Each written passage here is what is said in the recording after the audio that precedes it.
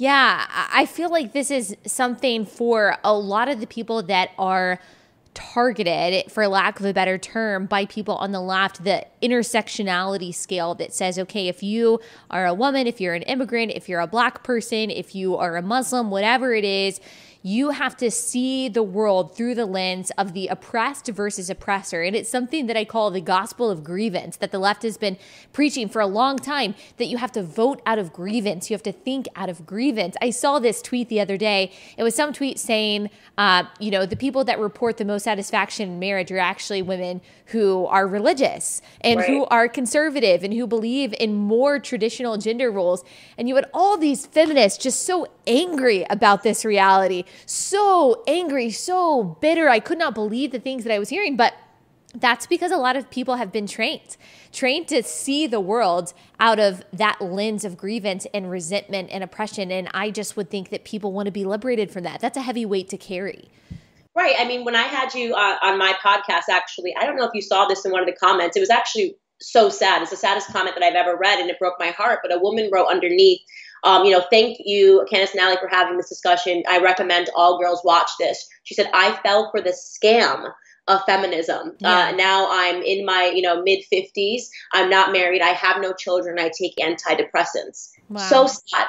So sad. But that is the reality that we live in, is that they try to get people in their youth to believe that they're going to find happiness through rage. And that's not the truth. By hating men, by being resentful towards marriage, by calling marriage bondage. And the truth is that if you fall for that scam, it does ultimately lead to unhappiness. And I try to catch those people while they're young and say, listen, you can fall for this scam. Whether if you're Black, it's the scam that, your biggest problem is the white man.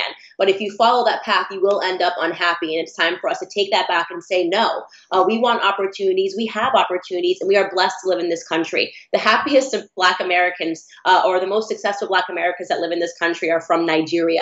Think about that. It's because they haven't been taught. Yeah, they haven't been taught about racism. They haven't been taught that they're less than.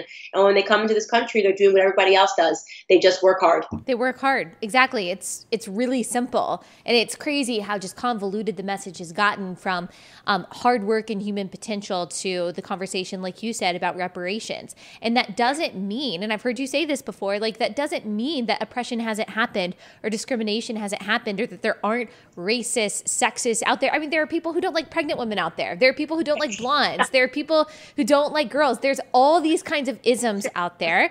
And so we can either sit here and we can say, wow, it's really unfair that there are some people out there that don't like women and who think that I'm dumb because I'm a woman or whatever it is. Or you can just do what you're called to do and fulfill a purpose that God has called you to do for His glory, and not worry about what everyone else has said. It just seems like such a limiting mentality. But like you said, I do think it's from a place of a lack of self-confidence. I also think it's a place of fear too, that if you claim that, well, you can't do anything anyway because you are being oppressed or held back, then if you don't succeed, it's not your fault. You don't have to take responsibility for it. That's exactly right. It's easier to be a victim. It's much easier to be a victim. It's much harder to look at yourself in the mirror and say, okay, why didn't I do better here? Why did this person beat me at this? What can I do to change about myself?